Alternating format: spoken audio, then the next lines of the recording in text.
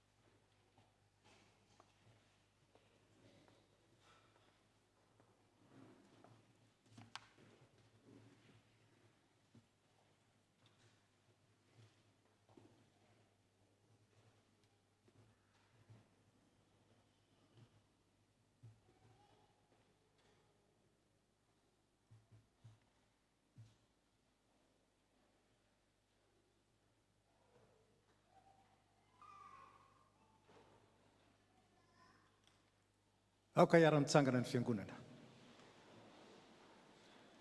amin'ny anaran'ny ray sy ny zanaka ary ny fanahy masina. Ny salamo faefatra amin'ny telopolo ny andinin'ny voalohany ka hatramin'ny fahavalo no entsika mifanainga mba hankalaza ny tompo amin'ny vava iray sy ny saina iray. Isaotra ny Jehovah lalandava aho, ho eo ambavako mandrakariva ny fiderana azy. Jehovah no reharehan'ny fanahiko, ary izany ny mpandefitra ka ho faly. Miara mankalaza ny Jehovah amiko, ary aoka iara-manandratra ny anarany isika. Mitady an'i Jehovah aho, dia mamaly ahy izy, ka manafaka ahy amin'ny tahotra rehetra. Mijery azy ireo ka miramirana, sady tsy mangay ahy ny tavany. Ity olo-mahantra ity ny antso, dia nihaino Jehovah ka namonjy azy tamin'ny fahoriany rehetra. Ny anjelin'i Jehovah mitoby manodidina izay matahotra azy ka mamonjy azy. Andramoko izaho fa tsara Jehovah, sambatra izay olona mialoka aminy. Amen.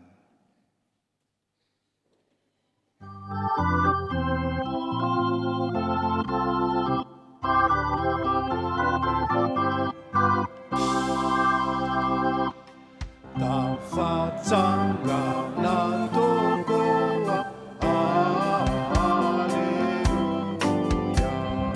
Jesu Kristi Tumpo soa, alleluia. Matine favelona, alleluia. Mirari uluna, alleluia. Fuanani fasana, alleluia.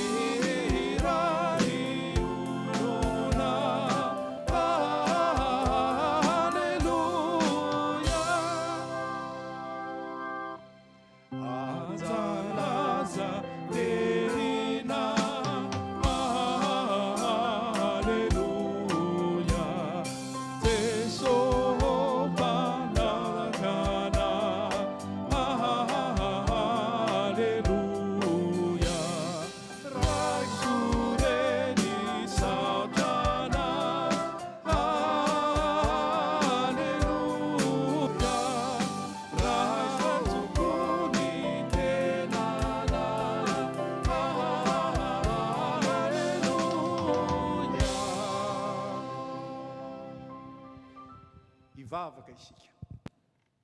Alleluia.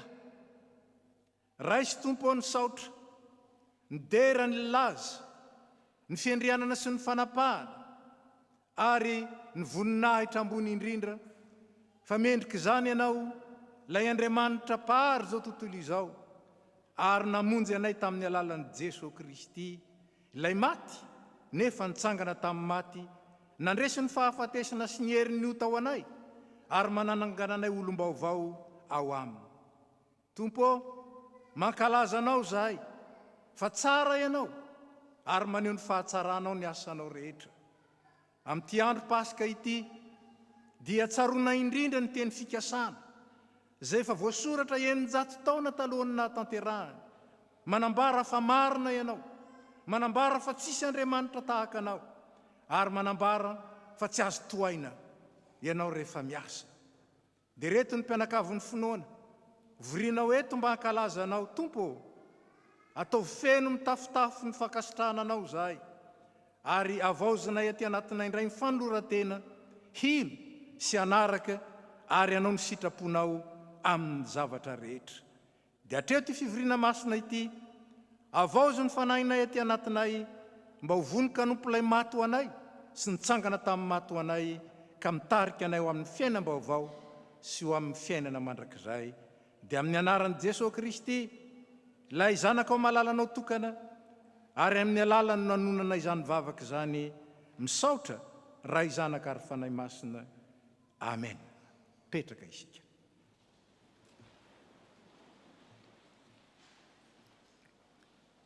Ry havana enoy ny sitrapon'Andriamanitra indray izay tia nizaraina amin'ny mpianakavin'ny finoana amin'ity alahadin'ny Pasika ity.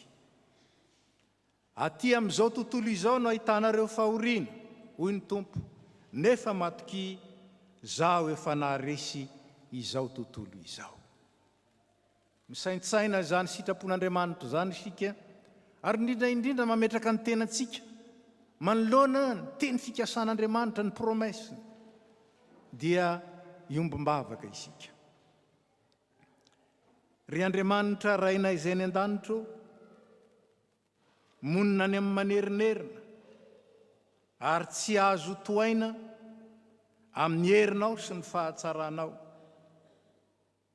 Lehibe ianao ka tokony ho deraina indrindra, kanefa Andriamanitra manana fikasana tsara ka tokony ho enoina sy arahina amin'ny teninao. Nefa indrisy Tompo fa matetika izay, ny tenin'olombelona no arahanay, ary ny tenin'izao tontolo izao no ankatoavinay, fa tsy ny teninao. Ankehitriny dia manambara aminay indray ianao fa ny zanakao lahy tokana nomenao anay, dia tsy tonga hitsara anay na nameloko anay, fa hitarika anay kosa ho amin'ny lalan-tsara izay azahoanay mandeha amin'ny fiainam-baovao sy ho amin'ny fahatsarana.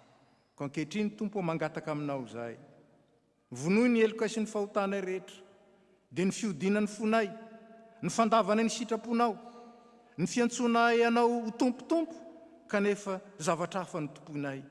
Tompo, nanome anay teny fitokisany ianao, fifanandresy izao tontolo izao. Aoka izany teninao izany, ampahery anay kosa an'olo tena, ary indrindra anaradianao sy anoanao amin'ny zavatra rehetra. Miaraka ny fiangonana. Rainay be famindram-po, mitalana aminao izay, mamelany. Io izay mampapahotany, sasao izay mampafakely, ary avaozo ny fanahinay mba vonoka ny manao. Ny fitiavan'i Jesosy Kristy zanakao mpamonjy anay no angatahana ianao. Amen.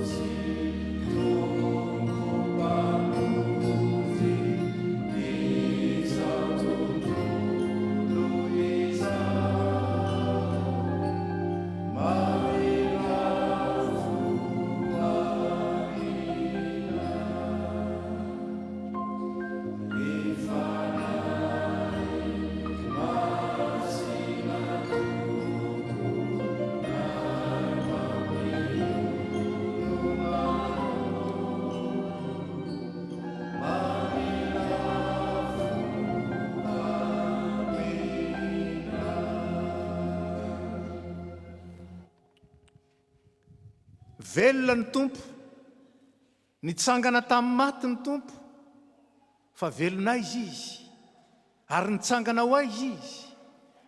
Velona ho ao am-pontsika izy, ary mitsangana mba hanosika atsika hiaina amin'ny fiainam-baovao. Ko antsika izay mibebaka marina te handeha amin'izany lalam-baovao zany, raiso amin'ny fahatokiana, ny teny anambaran'ny Tompo fa efa navelany ny elokao. Tsangana isika. hoy ny tompo izaho ny lalana sy fahamarinana ary fiainana tsy misy olona mankany amin'ny ray afa-tsy amin'ny alalako izaho ilay voalohany sy farany dia ilay velona efa maty aho nefa indry velona mandrakizay sady manana ny fahalalahidin'ny fahafatesana sy ny fiainatsita ko amin'izany tsy misy fanamelona intsony ho amin'izay ao amin'ny Kristy Jesosy vao avelany elokareo noho ny rany Kristy. Amen.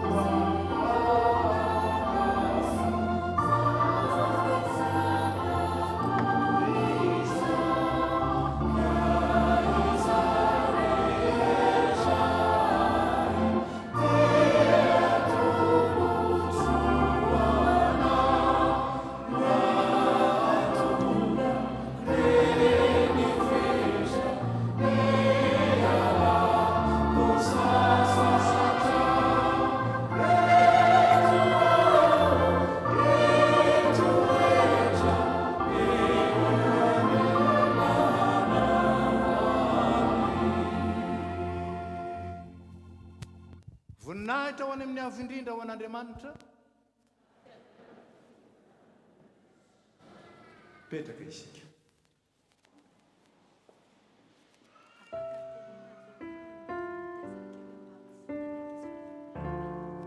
Angatana zany zay mitaiza kely mba tsy hipetraka ny ankizy fa ampifony satria somary teritery ihany betsaka isika ka dia mba mifampitsinitsika mba ahazoan'ny rehetrarehetra mahazo toerana. Ampifony ankizy tompoko azafady. Sotra.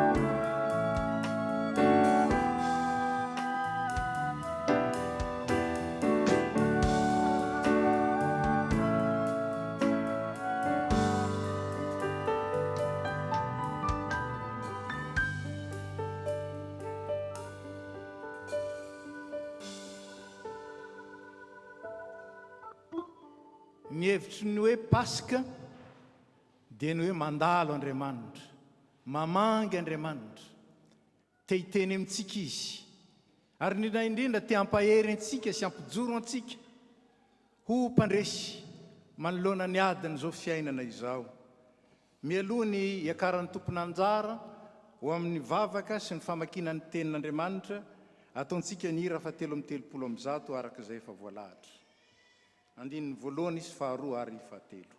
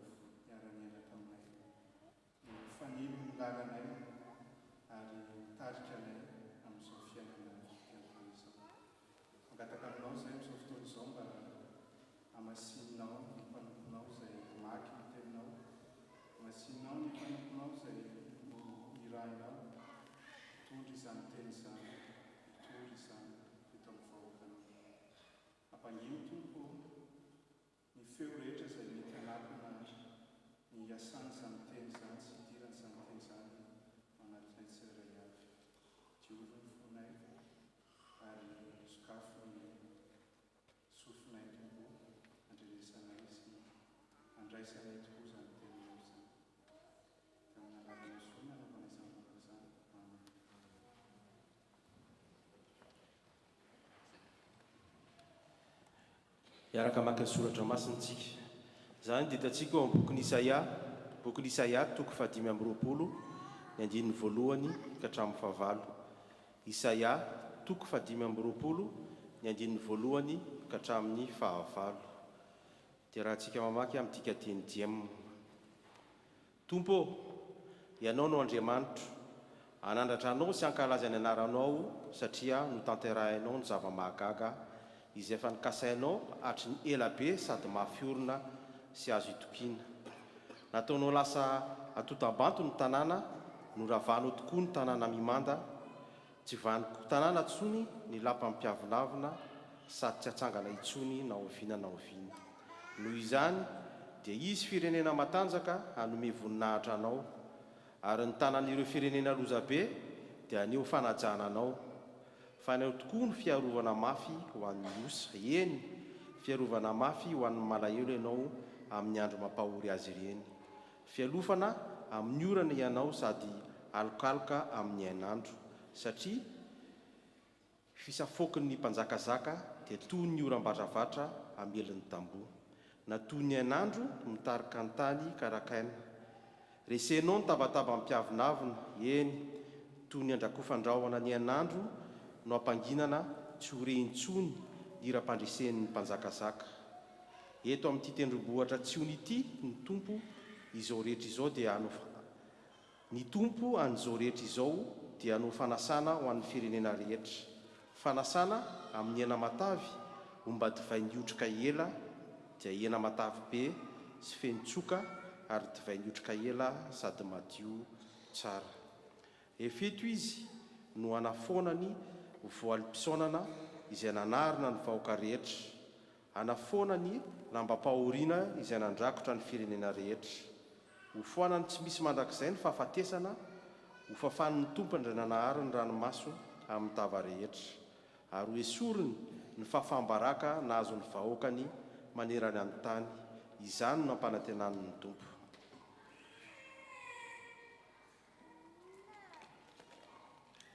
ho tohizantsika ny famakinan'ny tenin'ny soratra masina izany dia hitantsika ao amin'ny Korintianina voalohany toko 5 andininy 9 ka hatramin'ny 19.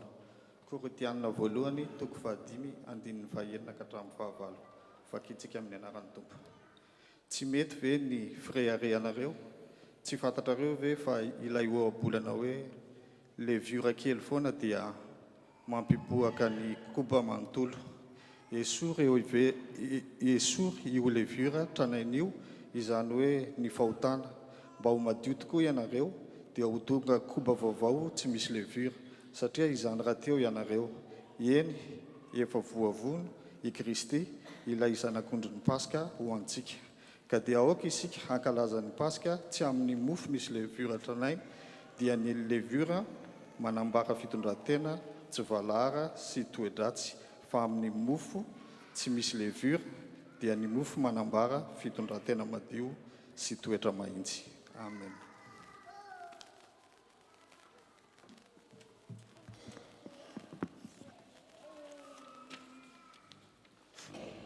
Nous allons terminer la lecture par l'Évangile selon Matthieu, chapitre 28, versets 1 à 10. Matthieu, chapitre 28, versets 1 à 10. Et je vous invite à vous lever. Après le sabbat, à l'aube du dimanche, Marie de Magdala et l'autre Marie allèrent voir le tombeau. Soudain, il y eut un grand tremblement de terre, car un ange du Seigneur descendit du ciel, vint rouler la pierre de devant l'ouverture et s'assit dessus.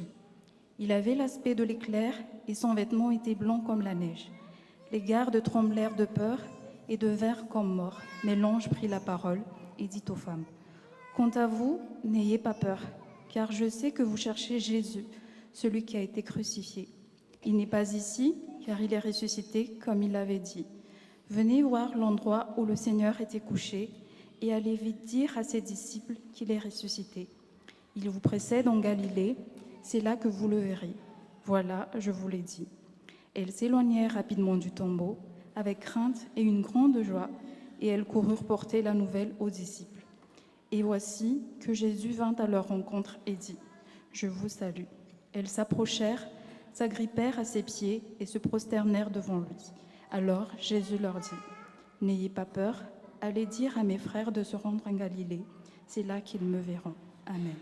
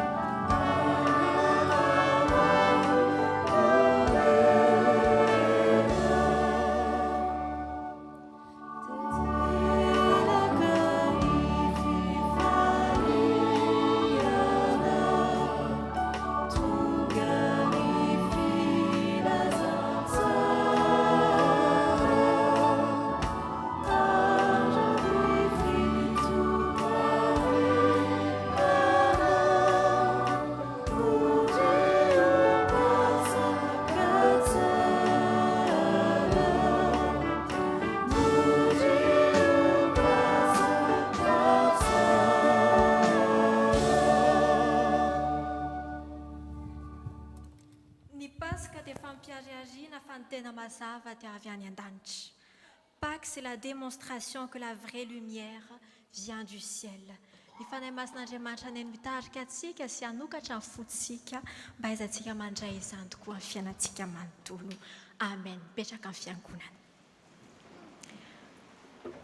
Raha mandinika ny fiainan'olombelona isika dia hita fa voamariky ny aizina izao tontolo izao. Voamariky ny fahotana, voamariky ny fijaliana, voamariky ny fahafatesana. Azony olombelona atao ny manatsara ny zavatra maro nefa tsy afaka manafaka ny tenany amin'ny fahafatesana izy. Na dia eo aza ny fandrosoana maro isan-karazany izay vitan'ny olombelona dia tsy mbola nisy nahavita nanala izany aizina izany na dia indray monja aza. Afaka mitsabo aretina ny olona, afaka mampiatra, mampijanona, mampihena ny fahantrana, afaka mamorona teknôlôjia maro isan-karazany, nefa tsy mbola nisy na siantifika na filôzofy na mpanjaka afaka nandrava ny ratsy sy nandresy ny fahafatesana. Ao amin'ny Isaia 5:20 izay novakitsika teo dia milaza mazava amin'ny mpaminany hoe hofoanany tsy hisy mandrakizay ny fahafatesana. Hofoanany tsy hisy mandrakizay ny fahafatesana. Ny Matteo teny Hébreu lazaina eto dia maneho fanafoanana tanteraka, une absorption totale comme si la mort elle-même était engloutie. Tsy hoe loza tsy azo hitovirana intsony izany io fahafatesana io, fa tena lasa fahavalo izay ilay vonin'Andriamanitra mihitsy. Ka mipasika izany teny fikasana izany dia tanteraka amin'ny fitsanganan'i Kristy tamin'ny maty. Ka ilay fasana izay tandidin'ny aizina sy ny fahanginana dia lasa manjary toerana izay hunjavatra izay tsy nampozina mihitsy teo amin'izay tsy ahitana fanantenana intsony. Ary izany dia mampiseho fa tsy avy ao anatin'ny aizina no hipoiran'io hazavana io, fa tonga avy any ivelany izy ka mandresy azy. Ary ny fahazavana dia mamirapiratra anatin'ny aizina hoy Jaona ka tsy nahasakana azy ny aizina. La supériorité de cette lumière est donc absolue. On peut penser au lever du soleil, même si le jour d'avant était sombre, la lumière du soleil est toujours là. Le lendemain, il se lèvera toujours, quoi qu'il arrive. Et de la manière, la lumière de Pâques descend du ciel et rien ne peut l'empêcher de paraître dans ce monde. Et la résurrection est donc la preuve que Dieu seul possède la puissance de vaincre ce que l'humanité ne peut pas vaincre. Et là où les personnes atteignent leurs limites, Dieu commence son œuvre de victoire. C'est pourquoi la lumière véritable n'entre pas en compétition avec les ténèbres, elle les met fin. Et dès lors, une perspective nouvelle s'ouvre. La mort n'a plus le dernier mot. Et c'est ce que Paul va proclamer plus tard. La mort a été engloutie dans la victoire.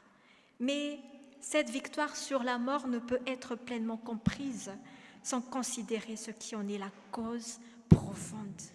Si la mort est vaincue, c'est parce que la puissance du péché est elle-même atteinte. Et cette lumière révélée à Pâques ne s'arrête donc pas juste à une transformation extérieure, mais elle entre, elle agit vraiment à l'intérieur de chacun d'entre nous. Ny soratra masina zany eto dia mampiseho fa ny fahotana dia hery iray izay manenika ny fiainana manontolo.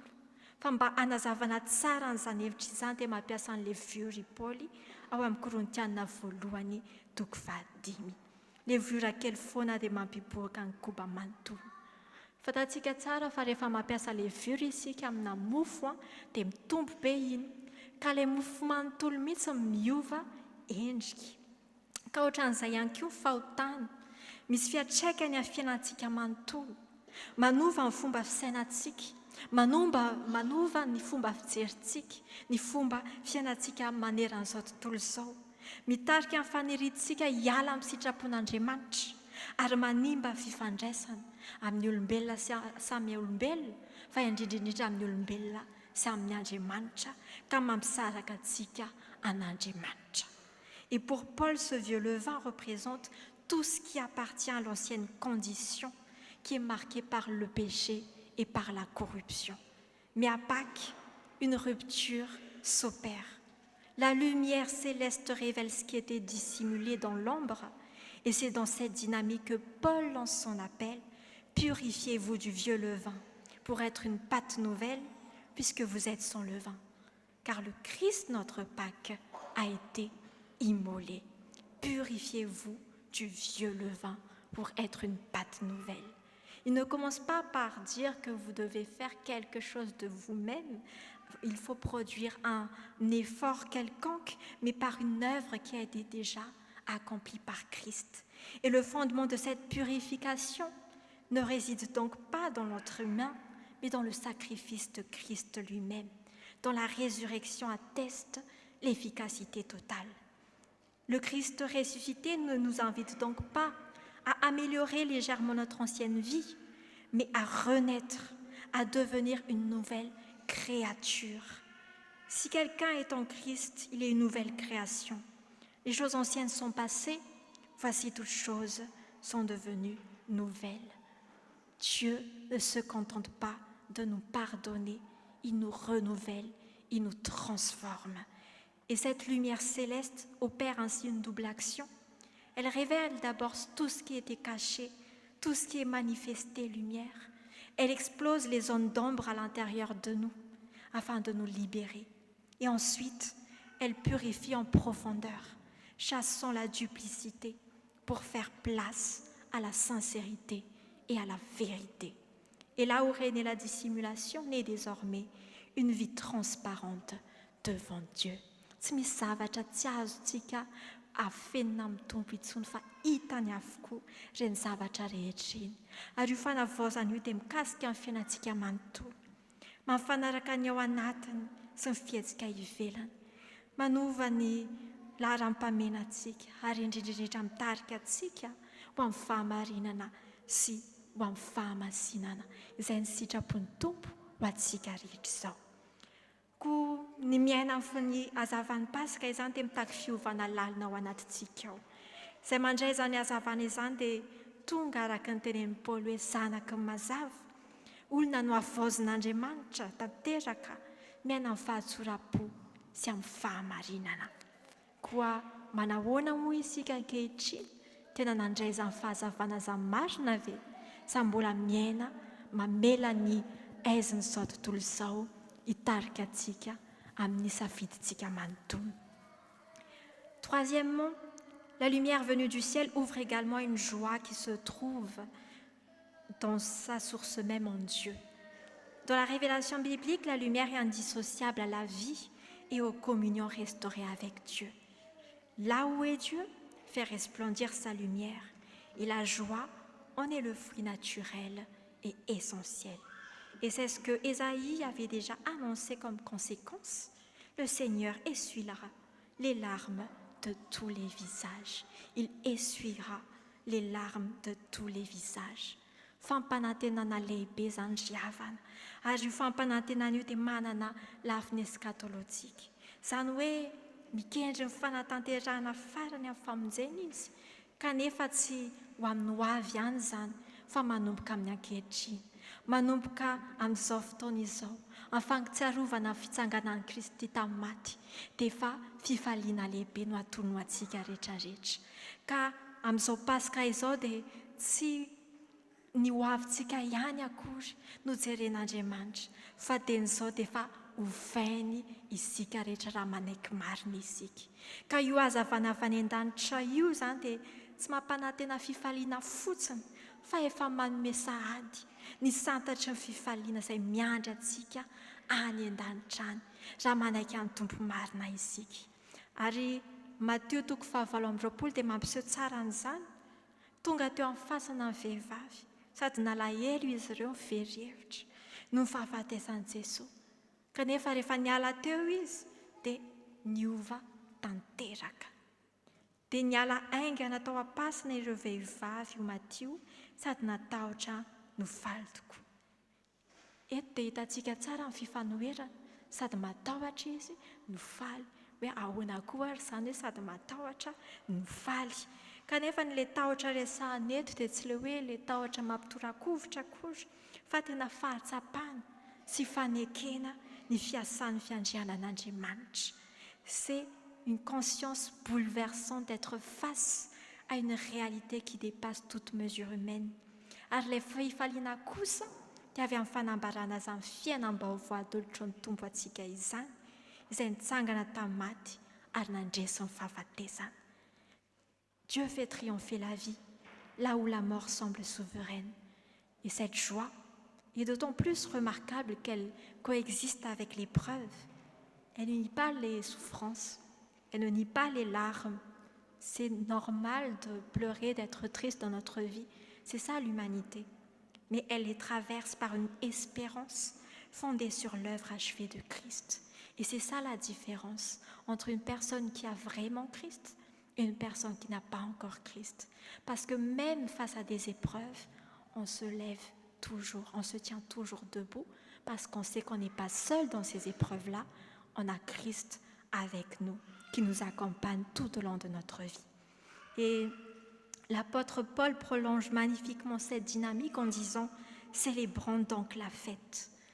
Le verbe grec utilisé ici ne désigne pas juste une célébration ponctuelle, mais c'est vraiment une fête qui s'étend dans la durée, une fête qui imprègne toute l'existence bien au-delà d'un jour liturgique. Et ainsi, Pâques ne se réduit pas juste à un jour dans le calendrier, elle devient vraiment une manière de vivre, où la lumière céleste transforme notre existence en une vie habitée par la joie du salut accompli en Jésus-Christ. Alors, cette joie possède une profondeur unique. Elle est théocentrique, ancrée non dans les possessions, les succès de l'homme, mais dans la communion restaurée avec Dieu. Par la résurrection, nous entrons déjà dans la vie que Dieu lui-même a créée pour nous. Et elle revêt aussi une dimension eschatologique, partielle dans le présent. Elle anticipe la plénitude du royaume. Et ce que nous goûtons aujourd'hui n'est juste un avant-goût, mais puissant et transformateur. Promesse du jour où toute larme sera essuyée, où la mort sera abolie à jamais. Telle est la promesse que Dieu nous donne dès aujourd'hui. Ka ho famaranana azy, ny fitsanganan'i Kristy tamin'ny maty dia manambara mazava fa io mazava io dia avy amin'Andriamanitra. Tsy miankina amin'ny fahaizantsika, tsy miankina amin'ny toe-javatra iainantsika, tsy miankina amin'ny zavatra izay mety mbola eritreretintsika, fa miankina amin'ilay fanomezana lehibe sy maimai-poana natolotry ny tompo antsika. Ka ataontsika inona ary io fahazavana io? Mba avelantsika amin'izao ve sa ho raisintsika marina? Mbola iankina amin'ny fahazavan'izao tontolo izao ve isika, izay mandalo fotsiny ihany fa tsy mitondra fiovanana fanavaozana? Sa anaikina indray marina ny fahazavana io izay avy any an-danitra, ka mila azy hanovantsika manontolo? Ny fandraisana an'io ry havana dia mitaky finoana voalohany indrindrany. Manaiky fa ny asan'i Kristy irery ihany no afaka manazava marina ny fiainantsika, mba andraisantsika marina ny fahasoavan'Andriamanitra.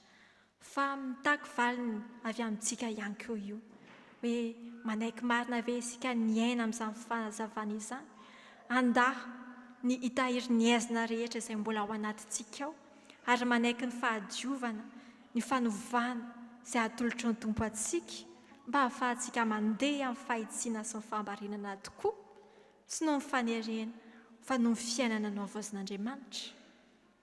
Taky faharetana avy amintsika ihany koa izany, indrindra rehefa miatrika fitsapana, mba ahafahantsika miorina mafy amin'ny fanantenana sy ny finoana ary ny fandresena. Ary farany, ny miaina amin'ny hazavan'ny Pasika dia mitarika antsika ho vavolombelon'ny tompo maneran'izao tontolo izao, mba ho fanasiny tany tokoa isika rehetra ho fahazavana, fa hiditra laliny handray tanteraka izay omeny antsika ary izary izany amin'ny manodidina antsika. Fa ny hazavany avy any an-danitra manko dia tsy manazava ny lalantsika fotsiny, fa manova ny fiainantsika manontolo ankehitriny ary mandrakizay. Ho an'Andriamanitra irery ny voninahitra, raiso ny fitahiana. Ary ilay Andriamanitra ny fiainana izay nanangana an'i Jesosy Kristy tamin'ny maty any, ampamirapiratra ny hazavany aminareo ary hanazava ny fonareo. izany hampahery anareo amin'ny finoana ary hitaridalana anareo ho amin'ny fiainam-baovao izay efa nomany ho anareo. Amen. Mipetraka amin'ny fiangonana.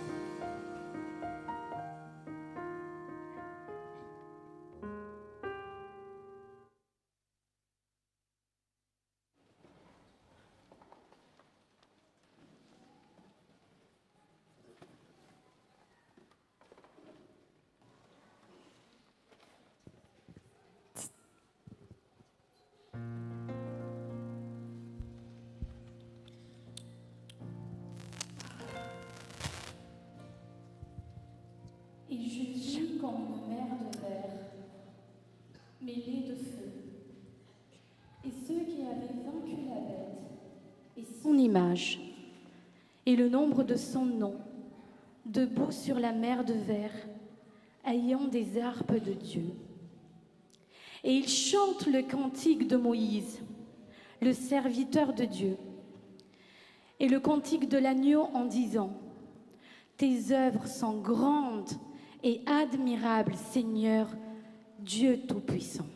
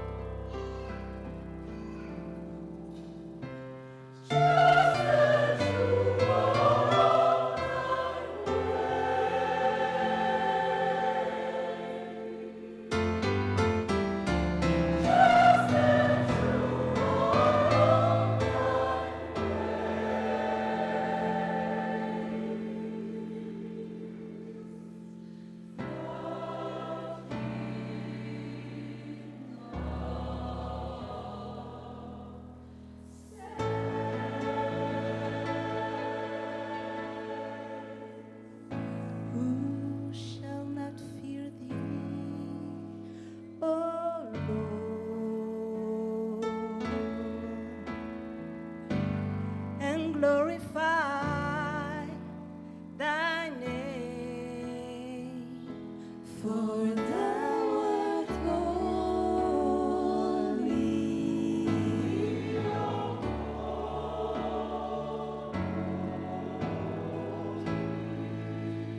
Who shall not fear thee, O Lord,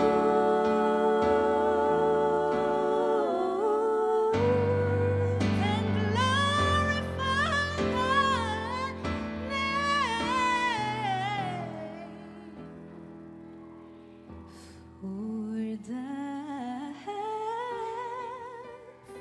thy name,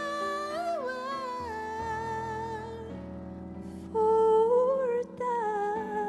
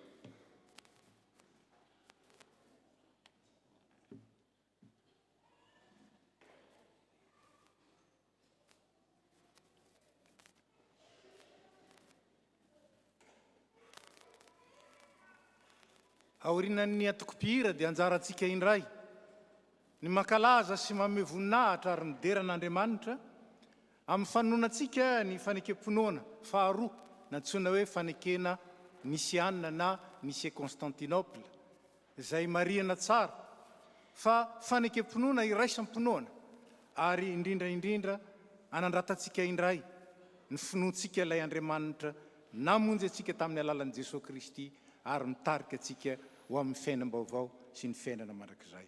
Dia ara-mitsangana isika miara-manonina ny fanekam-pinoana nisy anina.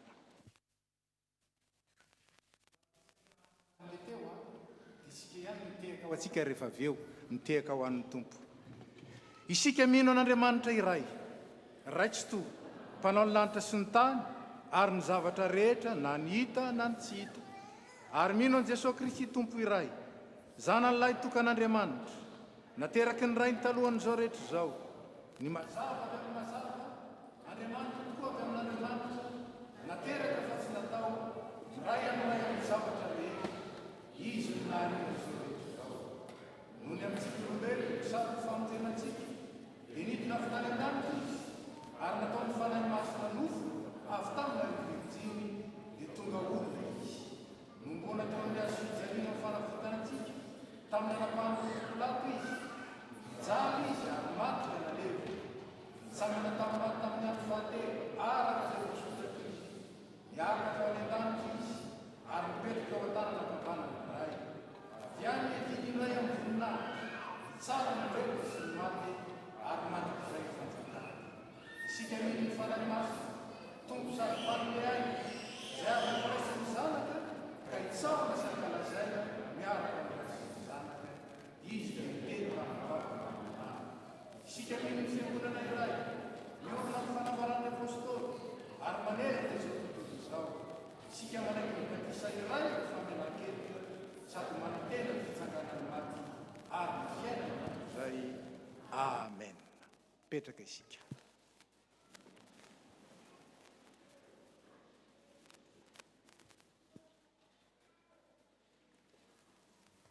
Tahaka ny alohany no nanomboana azy teo amin'ny azo fijaliana, dia manasa antsika ny Tompo iray latabatra aminy. Ny firaisan-databatra amin'ny Tompo sy fiaraha-mihinana, ny nofon'ny Tompo sy misotro ny rany, dia faneketsika. Fa ilay fandraisen'ilay nitsangana tamin'ny maty, dia antsika koa, ary izorantsika amin'ny finoana. Ataontsika ny hira faraky amby 700 ny andininy 1, 2, ary 5, dia ny diakona mitsangana manodidina eto iombona amin'ny fanatanterahana ny fahamanana antsika amin'ny fanasan'ny Tompo.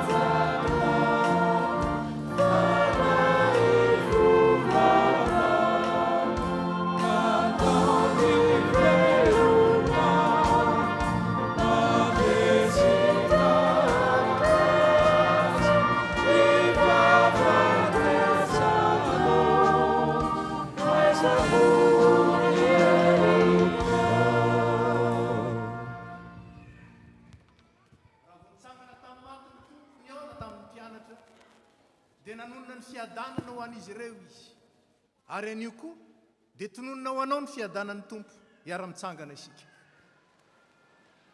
ho aminareo anie ny fiadanany tompo aoka izara izany fiadanany izany eo amin'izay akaikitsika isika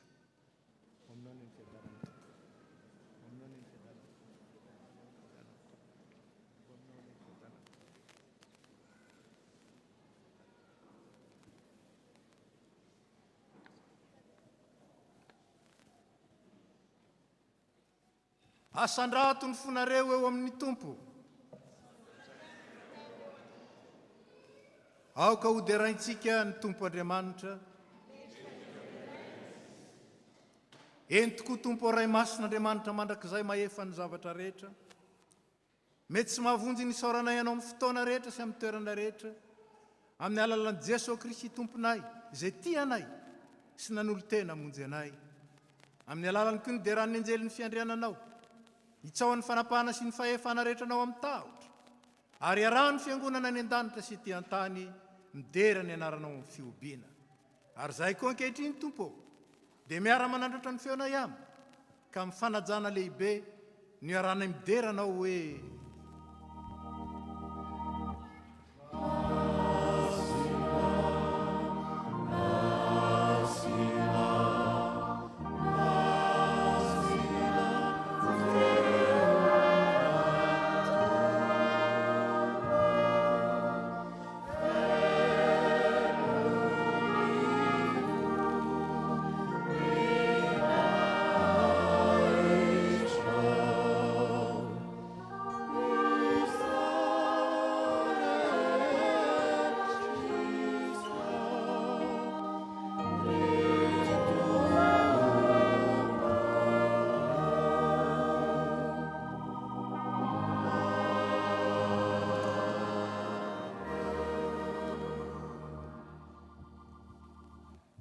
Jesosy Kristy tompo tamin'ny ala izay namatiana azy dia nandray mofo ary rehefa nisaotra izy dia novakiny ka hoy izy raiso any ity ny tenako izay omena ho anareo izao no ataovy ho fahatsiarovana ary toy izay koa ny kapoaka rehefa nihinana dia hoy izy misotro amin'ity anareo rehetra fa ity no rako dia ny amin'ny fanekena vaovao izay latsaka ho an'ny rehetra ho familan-keloka ka na oviana na oviana no misotro ianareo dia izao no ataovy ho fahatsiarovana misaotra andray izay nampamendrika antsika na nanjara amin'ny lovan'ny olona masina eo amin'ny mazava amen petraka amin'ny fiangonana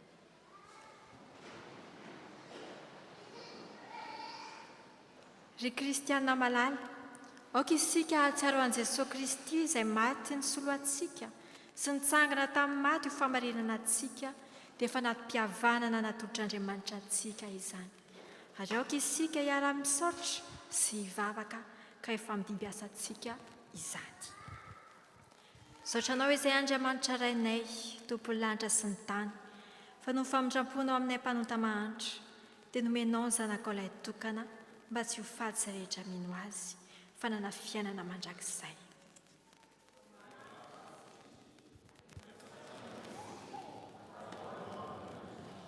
noho izany ry tompo rainay any an-danitro indreto izahay manao entana tretrehanao ny fahatsiarovana ny fahatongavan'ny zanakao olona ny fijaliany sy ny fahafatesana ny fitsanganany tamin'ny maty ary ny fiakarany tambony-nahitra sy ny fifonany mandrakizay ho anay ka miandry sy mitalao ny fiverenana izahay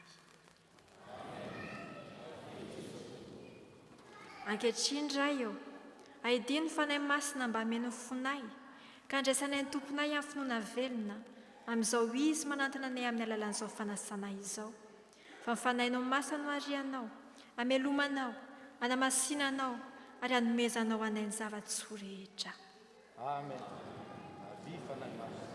misaotranao zahay ry Jesosy Kristy tompo mideranao zahay ry Andriamanitra zanak'Andriamanitra ilay tokana mpamonjy anay ankalazaina anie ianao no ny fitiavanao izay maherinao fahafatesana ary zahay izay tonga eto anatrehanao hiompina amin'ny latabatrao dia mangataka mba hampiraisinao aminao ohatra ny sampana amin'ny voaloboka ampianaro hifankaty tahaka ny tiavanao anay izahay ary aoka izahay hiara-manana ny fiangonana masina manontolo ny fiononana sy ny fifaliana aminao dia anao izay miara-manjaka amin'iray sy ny fanay masina hatramin'ny taloha indrindra ka ho mandrakizay amen ira fa 7 amin'ny 1 ny 9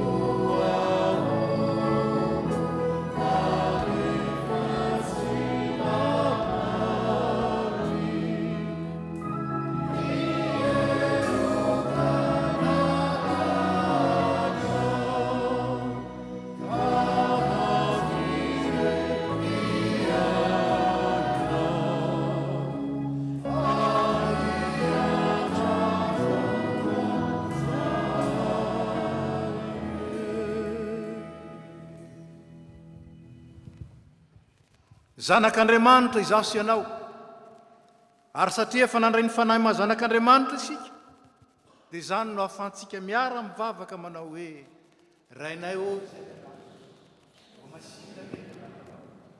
tonga le atao an'iny sitraponao antiantany meo anay izay anasara zaonay ary mamelany elokay tahaka ny namelanay izay meloka taminay ary aza mitondranay ao amin'ny fakam-panahy fa manafana ay amin'ny ratsy fa anao ny fanjakana sy ny hery ary ny voninahitra mandrakizay. Amen. Aoka hitsangana ny fiangonana.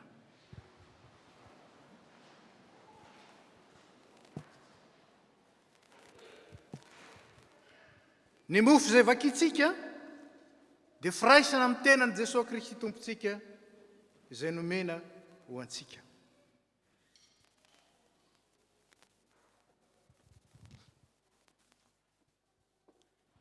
Ny kapoaka ny fisaorana izay isaorantsika dia firaisana amin'ny rano Jesosy Kristy tompontsika. Hoy ny tompo avia fa efa voavoatra avokoa izao ny zavatra rehetra. Fataontsika ny iray efa voatondro dia mandritry izay dia mizara ny mofo sy ny divay ny diakona.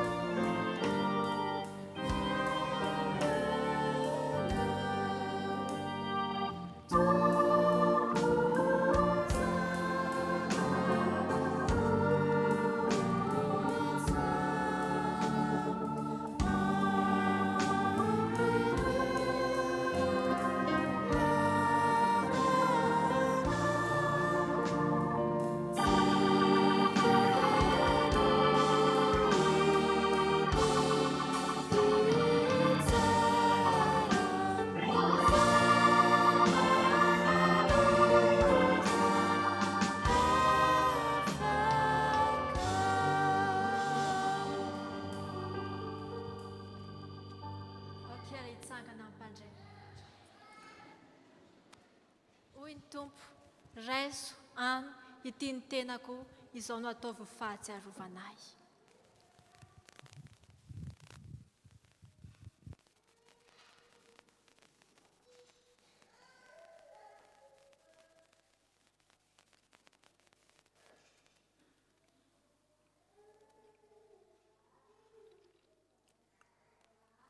Hoy koa Jesosy Kristy tompo, sotroinareo rehetra ity fa ity no rako, dia ny amin'ny fanekena vaovao izay alatsaka ho an'ny rehetra ho famelan-keloka.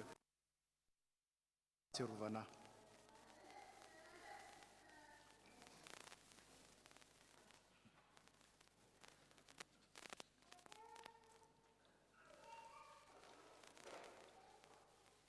Jesosy Kristy tompontsika izay voaomby tamin'ny hazo fijaliana ka nitsangana tamin'ny maty, nefa nanome anareo ny tenany sy ny rany, izay nanavotany ianareo tamin'ny fahotana rehetra. Izy ny ampahery hiaro anareo amin'izany amin'ny finoana marina ho fiainana mandrakizay ho aminareo any ny fiadanana. Hira fa 920 no itsika makasitraka ny tompo.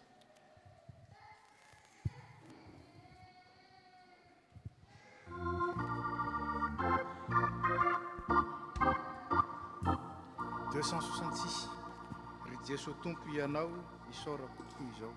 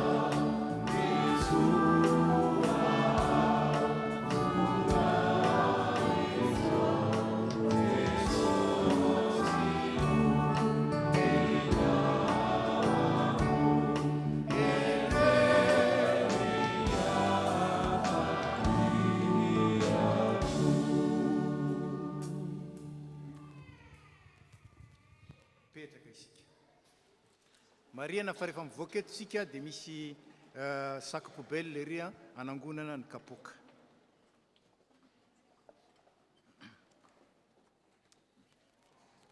Faly miarabantsika rehetra ary amin'ny anaran'ny FP Matolozy no iarabananareo izay vahiny ihany koa mandalo miaraka aminay amin'ity pasika 2024 ity ry havana.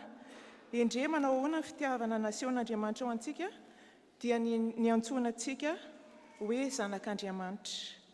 Jesosy Kristy ry havana no efa namitram-pihavanana antsika tamin'Andriamanitra ray ary ahafahantsika miantso azy hoe Andriamanitra ray abaray eo. Andeha saotra ny Jesosy malala sika noho izany fitiavana lehibe izany izay nasehony antsika satria velona tokoa izy dia velona koa isika ary aza manary havana fa andeha hiaina ny fandresena efa nomeny tompo antsika dia fiadanana ne ho antsika rehetra. Amin'ny ho antsika rehetra izay nanaraka ny fivoriam-be tamin'ny volana marsa dia napetraka amintsika ny torolalana izay hodiavintsika amin'ity taridalana hodiavintsika amin'ity taona 2024 ity dia hoe mitsangana mihazava fa tonga ny fahazavanao. Ao anatin'ity taon'ity sika ry havana dia hiaina izany taridalana avy amin'ny tenin'Andriamanitra izany. Ka fampahitsahivana foy no ampitaina amintsika rehetra ny mahakasika ny fotoam-bavaka. Fotoam-bavaka manomboka izao dia atambatra anankiray ny fotoam-bavaky ny fiangonana isam-bolana. Ka ao anatin'izany no ametrahantsika amin'Andriamanitra ny zavatra rehetra izay iainantsika na eto anivon'ny fiangonana na iaina anivon'ny tokantrano na anivontsika manokana tsirairay avy izany. Ao anatin'io fotoam-bavaka io no ahafahantsika mandray ny tenin'Andriamanitra ihany koa satria ao anatin'ny izany fahazahoana ny fahazavana avy amin'ny Jesosy Kristy izany dia mila miaina ny tenin'Andriamanitra isika ry havana fa tsy ho azo ohatran'izao fotsiny izany fahazavana izany. Koa andeha isika hitombo amin'ny fianarana ny tenin'Andriamanitra, andeha isika hitombo amin'ny fankatoavana ny tenin'Andriamanitra. Ka ao anatin'ny fitombavaka dia hisy fotoana manokana hizarana amintsika ny tenin'Andriamanitra. Ao anatin'izany ihany koa dia hisy fotoana manokana hijoroantsika vavolombelona, ahafahantsika tsirairay avy mitory ilay fahazavana izay nentin'i Jesosy Kristy eny anivontsika tsirairay avy, ary ahafahantsika maneho izany amin'ny mpahabe-maso amin'ny olona izay miaraka tonga amintsika mandritra ny fitombavaka. Ary inona fa tena mitondra famelombelomana ho an'ny hafa koa isika ao anatin'izany fijoroana vavolombelona izany. Misy amintsika mety manana alahelo, manana zavatra enta-mavesatra hoentina ao anatin'ireny fijoroana vavolombelona ireny, anisany anehoana amin'ny hafa fa tena manana an' Jesosy Kristy isika, ary manome toky ny hafa ihany koa mba hatoky anazy.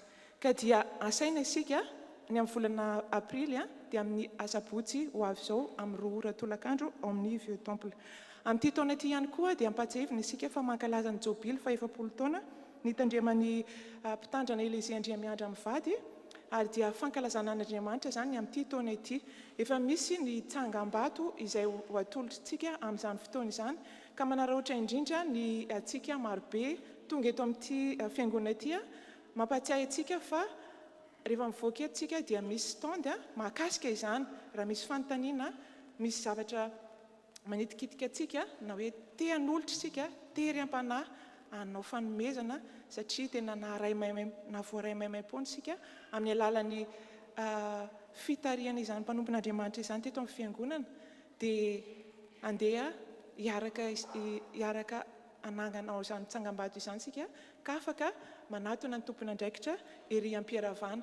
Dia ho atolotra antsika tsy ho ela ny fotoana izay natanterahana ny fankalazana, fa mandra-tonga an'izay dia anao izay ezaka tsangam-bato izay isika, izay efa nozaraina tamintsika tamin'ny 2 volana lasa izay, ka dia mino sy manantena izay fa isika rehetra no hiara-iombona anatin'izany, na ireo zanaka ampelezana izay mandalo amin'izao fotoana izao, na isika eto atoerana.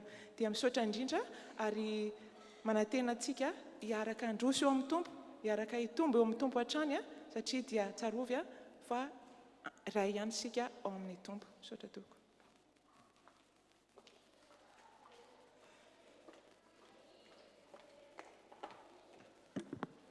Dia mbola faly miarabantsika amin'ny anaran'i Jesosy Kristy izay lohan'ny fiangonana sy tompony ny asa. Toy izao ny asa mandrarasan'ny fiangonantsika. Vaovao nasionaly, hafatra pastoraly FPMA. Koa amin'izany, satria misy vavolombelona marobe toy izany manodidina antsika toy ny rahono, dia aoka isika anaisitra izay rehetra mitambesatra amintsika mba miota izay malaky mahazo antsika.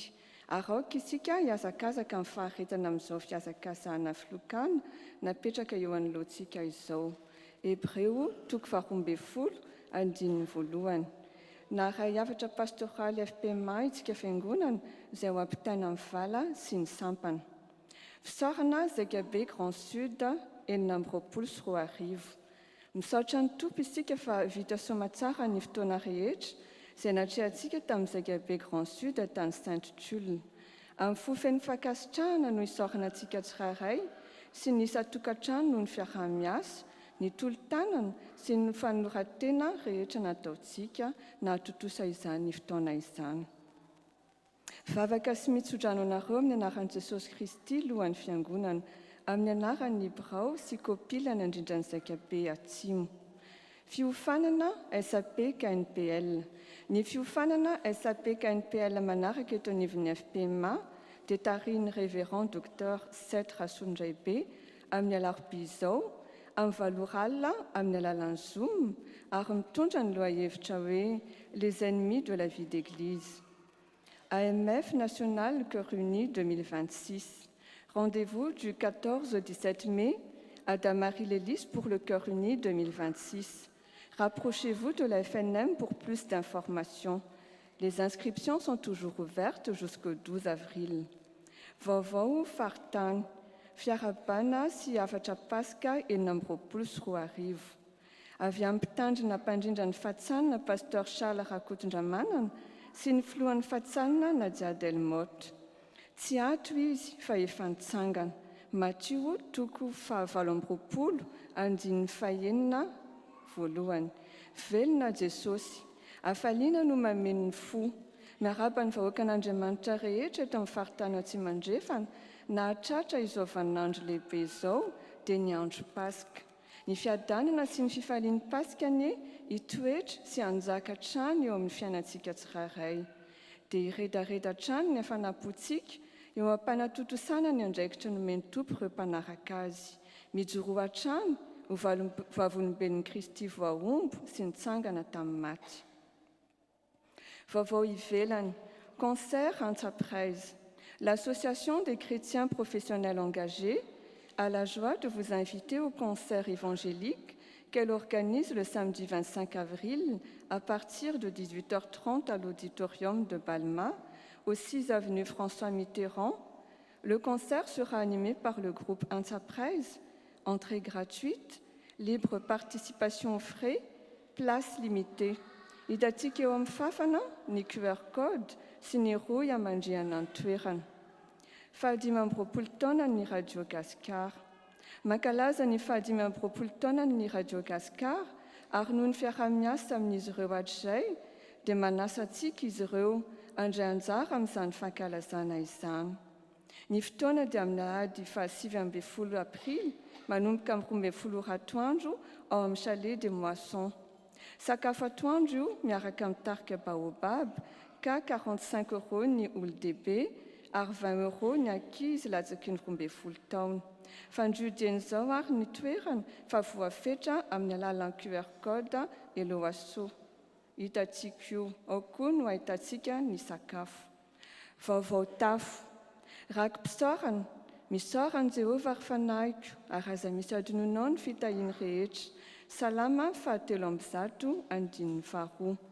Misy mpanompon'Andriamanitra iray manolotra raky mpisaorana 150 €, 50 € ho an'ny USPMA, 50 € ho an'ny pasteur Élisée ary 50 € koa ho an'ny pasteur Nomena. Fararakitra. Ny fianakavian'ny tompoko vavy Veroanitra Juliana Razafiny Manana teraka Rafaly Manana dia manolotra fararakitra 200 €. Ny fianakaviana Ramaherina Rive Jean Olive dia manolotra fararakitra 100 €. Famangina Manjo. Misy famangina roa sosina amin'ny alahady 12 aprily amin'ny fidirana faharoa dia ny fianakaviana Randriana Valina Natacha sy Jean-Yves izay namony rainy. Ny fianakaviana Razafiny Manana Juliana dia ny vadiny sy ny zanany ary ny ray aman-dreniny. Ny sampana Feony Mazava. La livraison des commandes vokatra en Panadas se fera dans la salle réformateur à la fin du culte. Sampana STK. Vokatra STK. La STK a le plaisir de vous inviter à participer à une vente de Layer Cup le dimanche 19 avril, afin de soutenir les activités de la section et de l'Église. Vous aurez le choix entre 2 goûts, spéculoos ou Oreo, et un stand est disponible à la fin du culte pour faire vos précommandes. VDJ STK. La STK Toulouse vous donne rendez-vous le vendredi 10 avril à 19h30 au Vieux Temple pour son vendredi des jeunes intitulé « Veille jusqu'au bout ». C'est une soirée ouverte à tous où on s'édifiera autour du verset dans Matthieu 24, 42. Sampana Lela Christiane. Mifarana ny alahady 12 aprily ny fisoratana anarana amin'ny fankalazana ny Jobily Mariazy an'ireo mpivady nahatratra ny 10, ny 10, ny 12 ary miakatra ary ny fanamasinana ny fadamadiny. Koa ireo mpivady izay maniry izany dia afaka misoratra anarana any amin'ny biraon'ny SLK. Isataona sampana Lela Christiane. Ny fankalazana ny 20 taonan'ny SLK Toulouse dia ho tanterahana ny 12 sy 18 avril ho avy izao. Ny asabotsy 12 aprily manomboka amin'ny 2 ora sasany dia hisy projection tantaran'ny SLK Toulouse, projection film The Forge ary faranana amin'ny collation. Ny alahady 18 aprily amin'ny 10 ora sasany ny fanompoam-pivavahana ankalazana ny isataonan'ny SLK sy ny Jobily Mariazy. Sampana fifoazana. Mampasiahantsika ny fiangonana fa nisan-keritaona ny safifo dia ho tanterahana ny enina ka hatramin'ny 12 Jolay any Giel. Ny andinindininy dia mbola alefa amintsika eto ihany, fandroy mialoha ary ny fotoana. Fivoriam-ben'ny mpandray. Mampandray ny mpandray ny fanasan'ny tompo fa izy fankatoavana sy fanendrena avy amin'ny Brofoy be ny mpitandrina nomena Ramarson andimby any pasteur Élisée Andriamiandra eto amin'ny FPMA Toulouse ny alahady 20 aprily 2024. Fotoam-bavaky ny fiangonana. Antsony isika fiangonana iombona amin'ny fotoam-bavaka volana aprily ho tanterahany amin'ny asabotsy 12 aprily amin'ny 2 ratourlakandro ao amin'ny Vieux Temple. Komity Jobily fa 24 taona.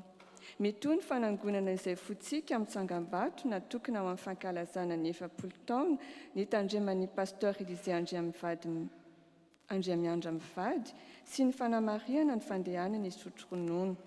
Ny stand KJ40 isan-kalahady dia azontsika jerena ahafahantsika maka andinindininy bebe kokoa mikasika ny lisitry ny Tsangambato rehetra, fiara, saxophone, voyage, boky, rakitsara sy ny fomba natanterahana izany. Hitantsika koa ny lien cagnotte sy ny QR code ahafahana manome izay fotsika. Mifarana amin'ny faran'ny volana septambra ny fanangonana izay fotsika rehetra ho an'ny mpitandrina. Tournée Europe 2026 tarika Niavo. Niako, l'écho de l'île Rouge, la source d'une vie éternelle fera bientôt sa 14e tournée en Europe. Le groupe malgache évangélique Niako, composé de 12 artistes et leurs musiciens, sera donc à Toulouse le vendredi 8 mai 2026 au Vieux Temple à partir de 18h pour évangéliser et partager la culture de Madagascar à travers musique, chant et danse. Un spectacle coloré et chaleureux à découvrir. Venez nombreux, les places sont limitées. Entrée libre et notre participation frais sera sous forme d'offrande gracieuse. Étude biblique, misy ny étude biblique ny talata ho avy izao amin'ny fitora sasany amin'ny alalan'ny Zoom, ary misy koa ny permanence ataon'ny mpitandrina ny talata amin'ny 10 maraina ka hatramin'ny 4 tolakandro, ary ny alakamisy amin'ny 10 maraina ka hatramin'ny 12 atoandro amin'ny biraoman'ny fiangonana.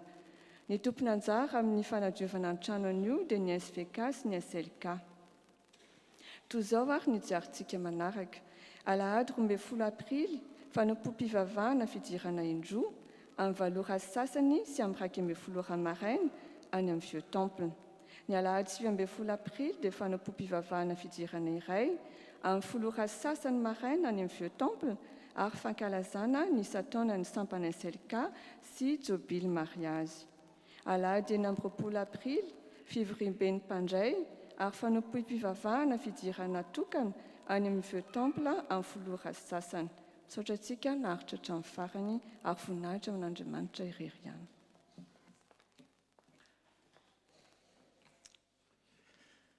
Fanampim-baovao fanaontsika ny miarahaba ireo vahiny izay sendra mandalo na voatonga ka dia onona eto Toulouse sady miara-mivavaka amintsika eto anio. Ka raha misy amintsika eo anatin'izany angatahana mba hitsangana tompoko arabaina amin'ny anaran'ny fiangonana ary tsofindrano amin'ny anaran'ny tompo.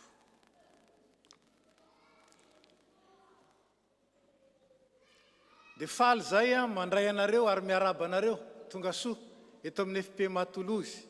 Na andalo ianareo na hitoetra dia zava-dehibe ho anay ary araka ny fiteny hoe nitavan'ny rahalahy mandranitra ny tavan'ny rahalahy dia nampahery anay tokoa ny arahanareo ny aran'ny vavaka taminay teto anio. Ary dia mitsodrano anareo zahay. Ny Andriamanitra ny fahasoavana izay nitantana anareo tonga soa eto mbola hitantana anareo, hiaro anareo ary indrindra nrotsaka ny fahasoavany ho aminareo mba azahoana mahatateraka tsara ny antony nahatongavanareo na hitoetra ianareo na andalo ary tsarovy. Fa na oviana ianareo ny mandalo na mitoetra eto misy toerana ho anareo eto amin'ny FPMA Toulouse.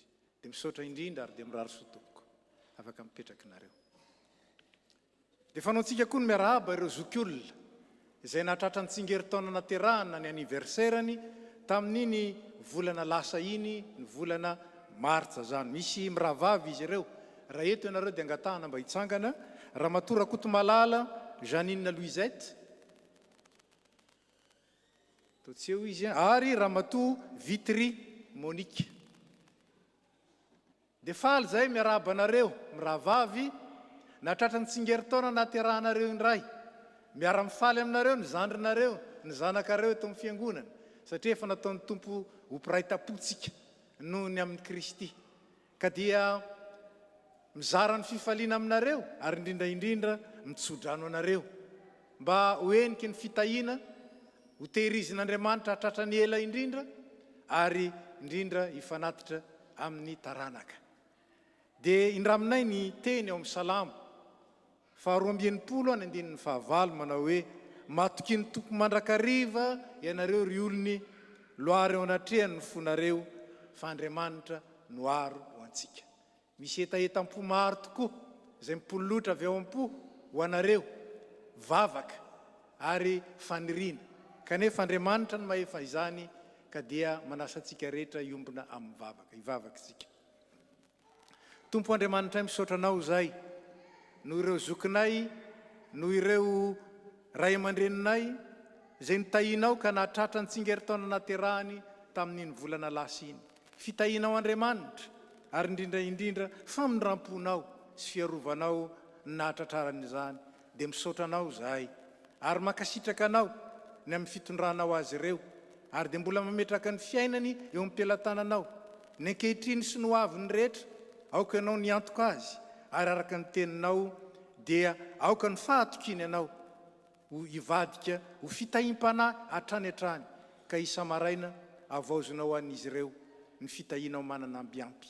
Dia matoky zay fa mahay manao mihoatra lavitra noho izay nangatana amin'izao vavaka izao ianao. Eny mihoatra lavitra noho izay eritreretinay na izay nofiny fisinay azy.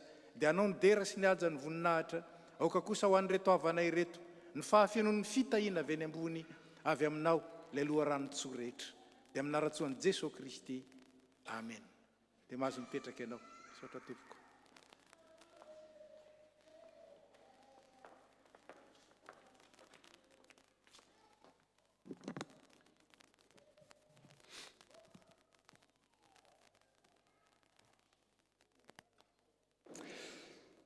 Chers frères et sœurs en Christ, bonjour. Je vais prendre 2-3 minutes pour m'exprimer au nom du comité du projet Chan. Donc c'est le projet d'acquisition d'un nouveau lieu pour notre paroisse. Et aujourd'hui, on se rappelle que Christ est ressuscité. Et en ce jour de victoire, on aimerait partager avec vous une histoire qui se trouve dans 2 Rois, chapitres 11 et 12. Donc elle résonne avec ce que nous vivons ici à la FPM à Toulouse. Avant de rebâtir les murs du temple, le roi Joas a compris qu'il fallait une fondation spirituelle. Et ce récit nous enseigne 3 étapes que nous avons choisies comme piliers pour notre projet cette année. Habiter. Donc comme le peuple de Joas qui a renouvelé son alliance, nous devons d'abord laisser Christ habiter nos cœurs. Cohabiter. Le peuple s'est ensuite rassemblé dans l'unité. Et c'est notre défi.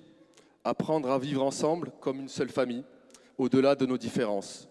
Et le 3e point, c'est accueillir. Une fois unis et restaurés, ils ont pu bâtir un lieu pour accueillir la présence de Dieu et son peuple. Aujourd'hui, comme au temps de Joas, Dieu nous appelle à construire, non pas seulement des murs, mais une maison pour sa gloire. Aujourd'hui, regardez autour de vous, cet après-midi, l'église est bondée, elle est remplie, l'église est vivante. Et nous connaissons aussi la réalité de nos dimanches ordinaires, 2 cultes séparés, des sections qui jonglent avec les salles, un manque d'espace pour enseigner nos enfants et accueillir ceux qui cherchent vraiment Dieu. Le projet Chan, ce n'est pas un projet immobilier, c'est le projet d'une famille qui veut enfin s'asseoir à la même table. Et c'est pour cela que nous avons transformé nos cellules de prière dites Chan, qui sont devenues les cellules de prière TAF. Pourquoi ? Parce que ce projet n'est pas à côté de l'Église, il est la vie de l'Église. On a aussi les commissions du projet qui fusionnent avec celles de la paroisse, car nous ne voulons former qu'un seul corps.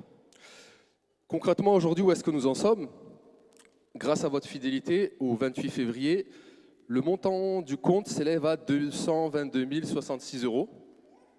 Et alors, petite réflexion que je me suis faite, peut-être que vous pensez comme moi il y a quelque temps, on dirait que le montant il stagne, on dirait que le montant c'est le même que le mois dernier. Et puis je regardais mon compte et j'ai vu que moi-même je n'avais pas participé. Donc voilà, peut-être que si j'avais participé, le montant aurait été un peu plus supérieur. Alors ce montant c'est déjà une victoire, mais le chemin continue. Et pour nourrir cette marche, on a lancé les rendez-vous à Varapatan. C'est un moment privilégié, comme la définition le dit, c'est le nord du foyer dans nos maisons malgaches, où on se retrouve en toute simplicité pour s'écouter, s'encourager et prier les uns pour les autres. D'ailleurs, il y a plus d'informations sur cet événement dans le Gazette Fiain qui sera distribué ultérieurement. Bref, c'est dans ce type de moment que le projet s'ajuste dans la collaboration, la prière et la fraternité. Donc Pâques, c'est le passage de la mort à la vie, c'est le passage de l'immobilisme à l'élan. Et aujourd'hui, on ne vous demande pas seulement un don, on vous demande votre cœur et votre temps. Alors priez pour le projet dans vos prières quotidiennes, que chaque brique qui soit posée spirituellement par vos intercessions. Et ensuite, participez. Il y a des commissions qui ont besoin de vos dons, de vos talents, de votre expertise et de vos bras. Donc ne restons pas spectateurs de cette histoire que Dieu écrit. Et comme au temps de Joas, quand le peuple s'est uni et engagé, alors les moyens ont suivi et le temple s'est élevé. En conclusion, notre vision est claire. Offrir un lieu à l'Esprit Saint, libérer l'élan missionnaire pour les paroissiens, les sections et bâtir un héritage pour nos enfants, et déjà aujourd'hui également, et bâtir également un élan pour l'Évangile ici à Toulouse. Alors bâtissons ensemble, car ce que Dieu commence, il accomplit. Bonne fête de Pâques à tous et à Dieu soit la gloire. Amen.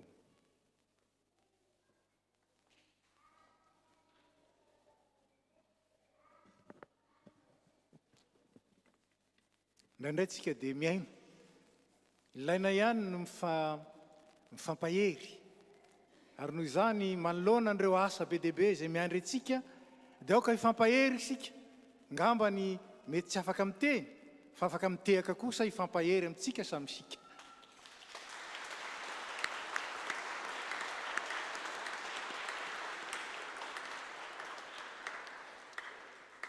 Tonga amin'ny fotoanan'ny fanatritsika izao ry havana, tsarofa izay manome fifaliana no ankasitrahan'Andriamanitra.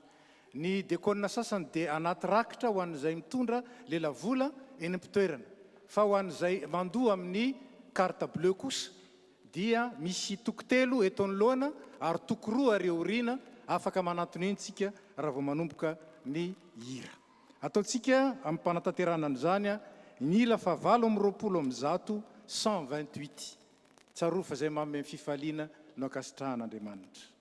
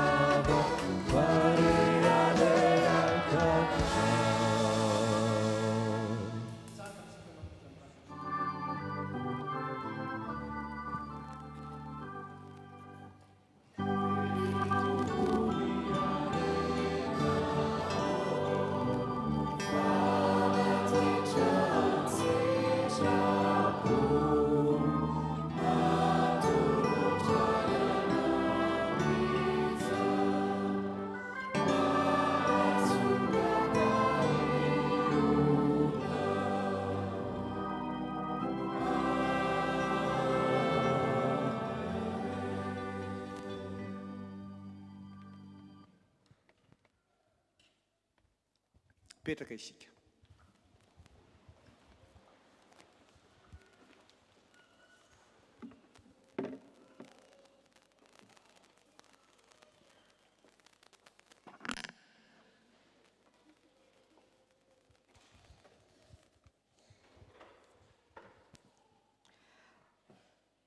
Aoksika hivavaka.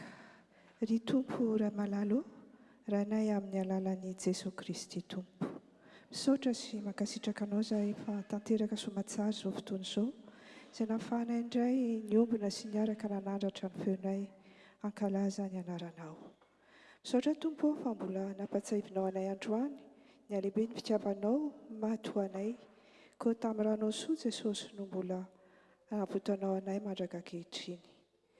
Misaotra raha eo tamin'ny teny nampitondrainao ny mpanomponao, teny izay namerina aminay indray ny fahazavana marina no manadio sy manovanay ary manokatra ho anay ny lalana makany amin'ny fiainam-baovao.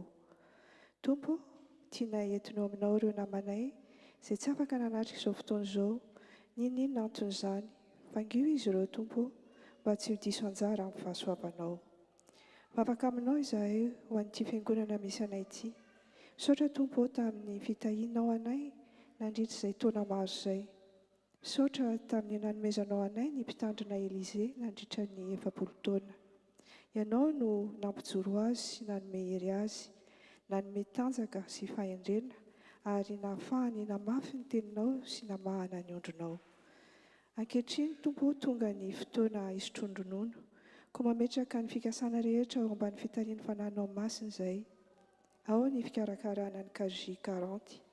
Tsy mora ny fikarakarana nefa matoky izay Tompo, fa ianao Andriamanitry ny fandaminana no hialoha lalana anay ka hanala izay mikitotoana eo amin'ny lalanay. Mametraka ny vady aman-janany eo am-pelatananao izahay. Ianao no hiaro sy tantana azy ireo hatrany amin'ny andavanandron'izy ireo tsirairay avy. Mbola te hisaotranao koa izahay tamin'ny nanomezanao anay any Pasitera Nomena izay andimban'ny Pasteur Elize. Ta io toahany izy Tompo amin'izay asa fanompoana nametrahanao azy. Apetraka manokana aminao ny fivorim-be izay kasaina atao amin'ny 20 avrily ho avy izao. Apetraka aminao koa Tompo ny fahavitan'ny fianarany, ny fanokanana sy ny fametrahana azy. Ianao aneno andamina ny fikasanay rehetra. Ankehitriny Tompo dia tianay koa ny hitondra aminao ny atrik'asa rehetra eto amin'ny fiangonanao, ny vinatra ny fiangonana. Misaotra Tompo amin'izay rehetra efa nomenao anay. Misaotra amin'ny fanohananao ny isam-batan'olona ny amin'ny tarik'asa rehetra. Omeo fofo ny fahazotoana Tompo izy ireo, ta io mba tsy ho kivy na ho reraka. Entinao aminao koa Tompo ny hetsika isan-tsampany, na ny eto toerana ny any ivelany. Ny satoana ny SLK, ny hetsika tily SVK sy SLK amin'ny volana Jiona, ny RN tily amin'ny volana May ho avy izao ary ny Cœur Uni. Entina aminao koa ny concert tsara tarika ny ako izay ho atao amin'ny valime izao. Ianao anie ny tantana andian'izy ireo sy mikarakarana rehetra. Dia apetraka aminao koa Tompo ny herivela rehetra tao amin'ny fiangonanao, ny birao, ny komity, ny SPMA, ny vondronasa ary ny sambatan'olona mba ho fitaovana izay hoentinao hampandroso ny fanjakanao eto amin'ity izao tontolo izao ity. Dia ho araka ny sitraponao sy ny voninahitry ny anaranao irery ihany anie Tompo ny asa rehetra izay ho tanterahanay. Vavaka aminao koa izahay ho an'ny fiangonana FPM manontolo, indrindra ho an'ny vinam-patandrina matianina. Apetraka eo aminao ny fandaminana ny asa rehetra izay kasainay ho atao, anisan'ireny ny vavaka sy ny fivadikanana izay ho atao amin'ny volana May ho avy izao. Vavaka aminao koa izahay ho an'ny fiangonana rehetra manerana ny tany mba ho vavolombelonao tokoa ny izy ireny eto amin'izao tontolo izao ity. Tianay koa Tompo ny mitondram-bavaka ireo marary na any amin'ny hopitaly na ny tokantrano. Hitondray fahasitranana feno izy ireo Tompo ary tafio ny herinao masina. Vavaka aminao izay ho an'ireo izay namoa malala. Ianao anie ame fampinoana na feno azy ireo ary tononay manokana ny fianakavian'i Juliana sy ianao anie no hanome ampahery azy sy hameno ny banga rehetra ho aminy. Tompo, mamindrafo amin'izay mandalo fahitsapana. Ametrao ny tananao mahery ireo izay sahirana na inona na indrika izany fahasahiranana izany. Vavaka aminao koa izahay ho an'ireo notoloranao fahasoavana manokana. Meo azy ireo Tompo ny foahay mankasitraka sy hayankina aminao mandrakarivo. Vavaka koa izahay ho an'ny tanindrazanay Madagasikara izay mbola mandalo fotoan-tsarotra. Aoka ny fananao masina irotsaka amin'ireo mpitondra mba hahafahan'ny taninay hiaina anatin'ny filaminana sy ny fandriam-pahalemana. Vavaka aminao izahay ho an'ity la Frantsa mandrainay ity, ho firenena hay alalanao anie ary mba hitoetra eto Tompo ny fiadananao. Vavaka koa izahay ho an'ity izao tontolo izao feno ady ity, tononay manokana amin'izany ny ady ao Russie sy Ukraine, ny ady ao Iran sy Israel. Tompo malalo, ianao anie no hiaro ny vahoakanao sy hampodindray ny fandriam-pahalemana. Mbola maro Tompo ny tianay angatahana, saingy foy ny fisainanay ary votsany lelanay. Nefa matoky izahay fa ianao izay malala ny fo sy ny vo no hanome anay sahady izay sahaza ao anay. Dia amin'ny anaranao masina Tompo no anaovanay izany vavaka izany. Amen.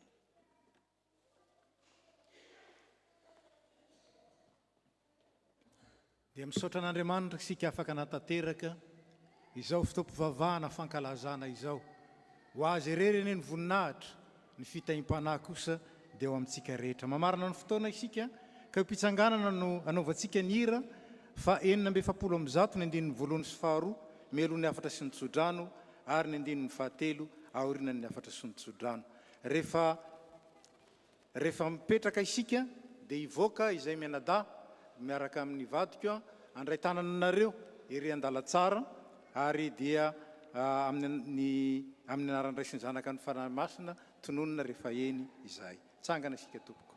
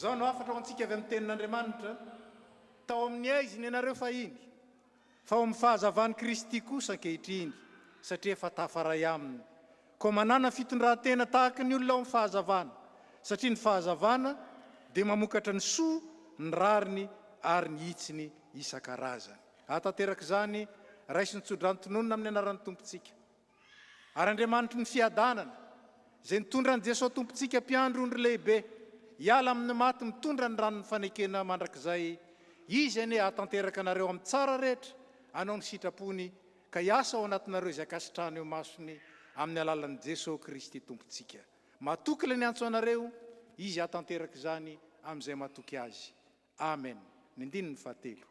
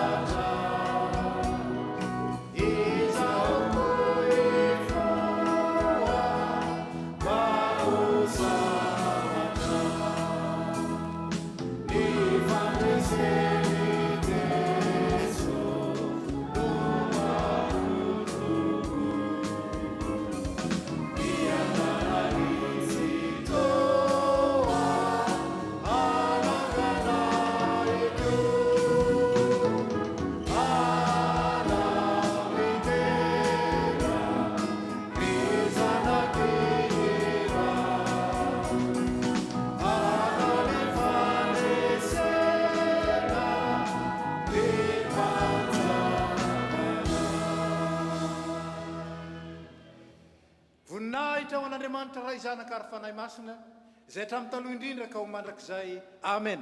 Mandehana amin'ny fiadanana ka manompony tompo. Petraka isika.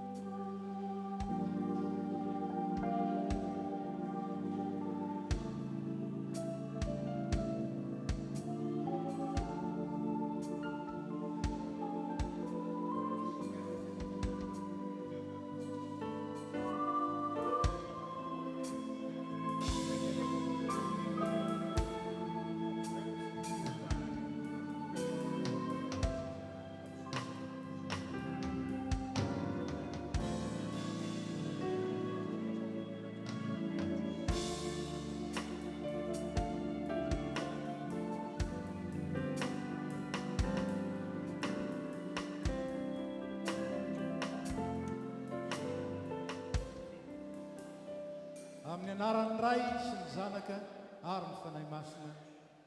Amen.